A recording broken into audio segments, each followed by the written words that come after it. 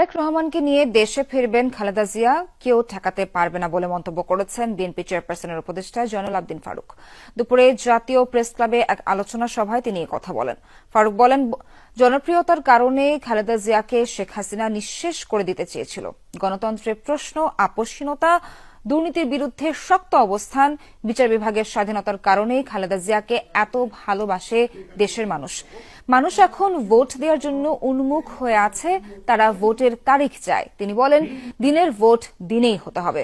মানুষ আর মঈন ফখরুদ্দিনের সরকার দেখতে চায় না। ষড়যন্ত্র করলে ষড়যন্ত্র রুখে দেওয়ার ক্ষমতা তারেক রহমানের আছে।